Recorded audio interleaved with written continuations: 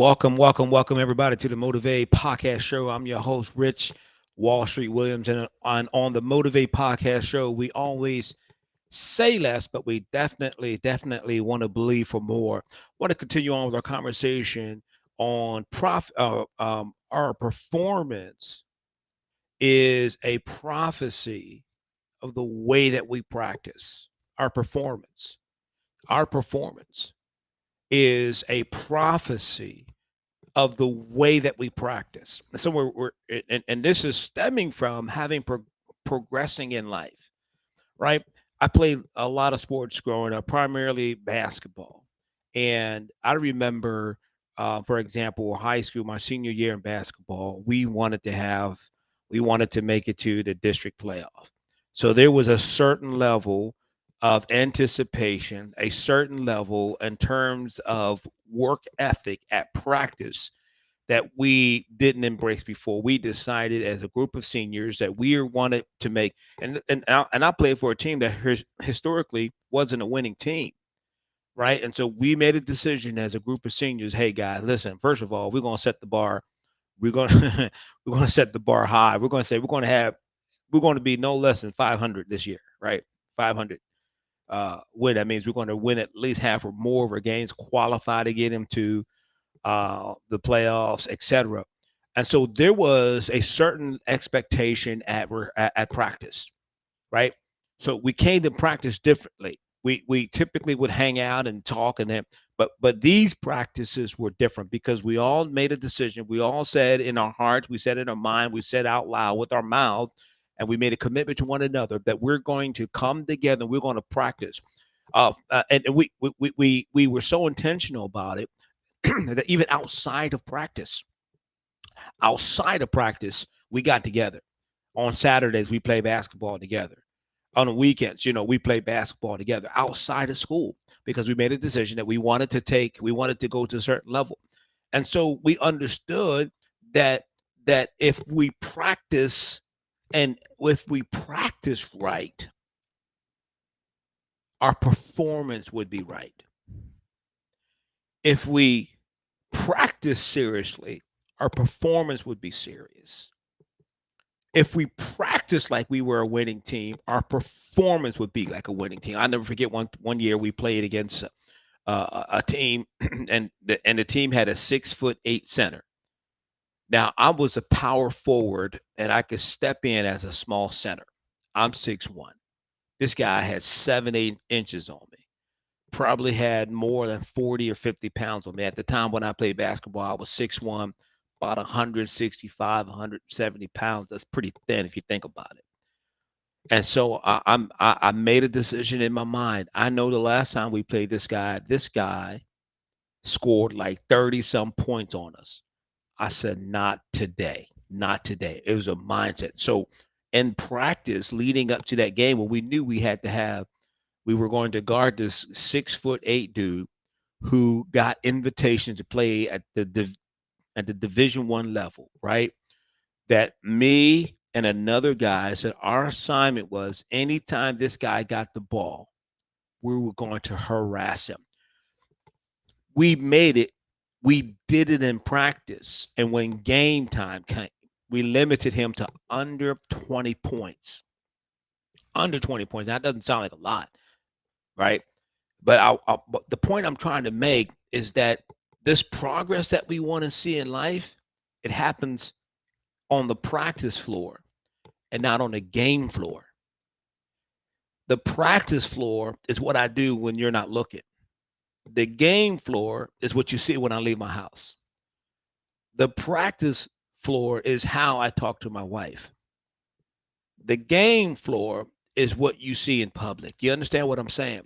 So we got to understand that this progress that we want, it's done in practice.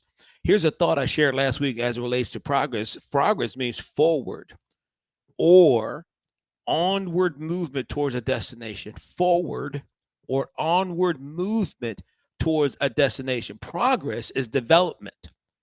Progress is advance. It's advancement. It is making headway.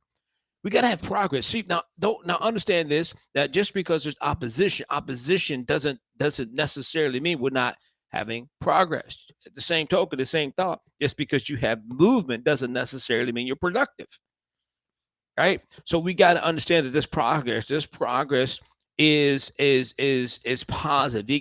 If you got a B on your last test, but you get a B plus on this one, that's progress. Slow movement is better than no movement at all. Slow movement is better than no movement at all. So you got to have this movement, you got to have progress. But understand, friend, and I'm going to keep saying this over and over throughout our discussions on this performance is a prophecy of the way that we practice. There's far more attention and weight given to how a person perform than it does the way that they practice. See, my background is sales, real estate sales, business development, coaching. That's what I've done. As a matter of fact, my mission in life is to impact the lives of a million sales professional, entrepreneur, small business owners. That's my mission. That's what I'm passionate about. And so when it came to training, whenever I was teaching a group of salespeople a script, and I would hand them the script, and then I would say the script out loud, and I would walk them through the script. I would tell them, now listen, I want you to say the script exactly the way that I give it to you. Right now, I don't want you to improvise. Right now, I don't want you to make it your script. I want you to read it exactly the way it is on the paper. So I was very specific about the training, right? Education without application is worse than having no education at all. So I was very specific about the training. Why? Because I know that if you train right, you're going to perform right. People say to me, Rich, how do you beat the competition? I laugh because you don't beat the competition. How do you beat someone that has access to the same tools that you have? If you're a sales professional or you're selling real estate, think about this. Does your competition have access to the website? Say to a website, say yes. Does the competition have access to tools? Say yes. Does the competition have access to social media? Say yes. Does the competition have access to videos, high 4K, HK videos? Say yes.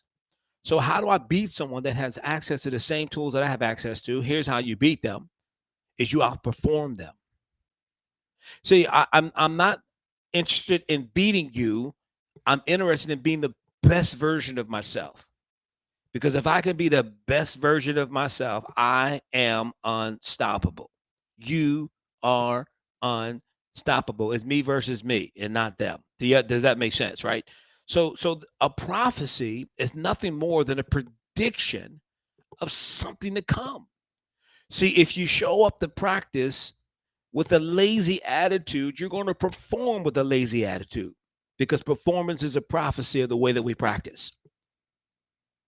Performance is a prophecy of the way that we practice. So show me your habit, and friend, I can predict your future. Show me your practice, and I can predict your future. Show me the books that you read, and I can predict your future.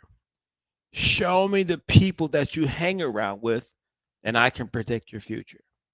Pastor Mike, the senior pastor of Spirit of Faith Christian Center. Listen, if you're anywhere in the DC metro area, if you're within a 300-mile radius of the DC metro area, friend, I want to personally invite you to come visit our church, Spirit of Faith Christian Center. Pastor Mike says frequently, he says often, he reminds us often that you got to hang with people that have your answers and you have to get away from people that have your problems.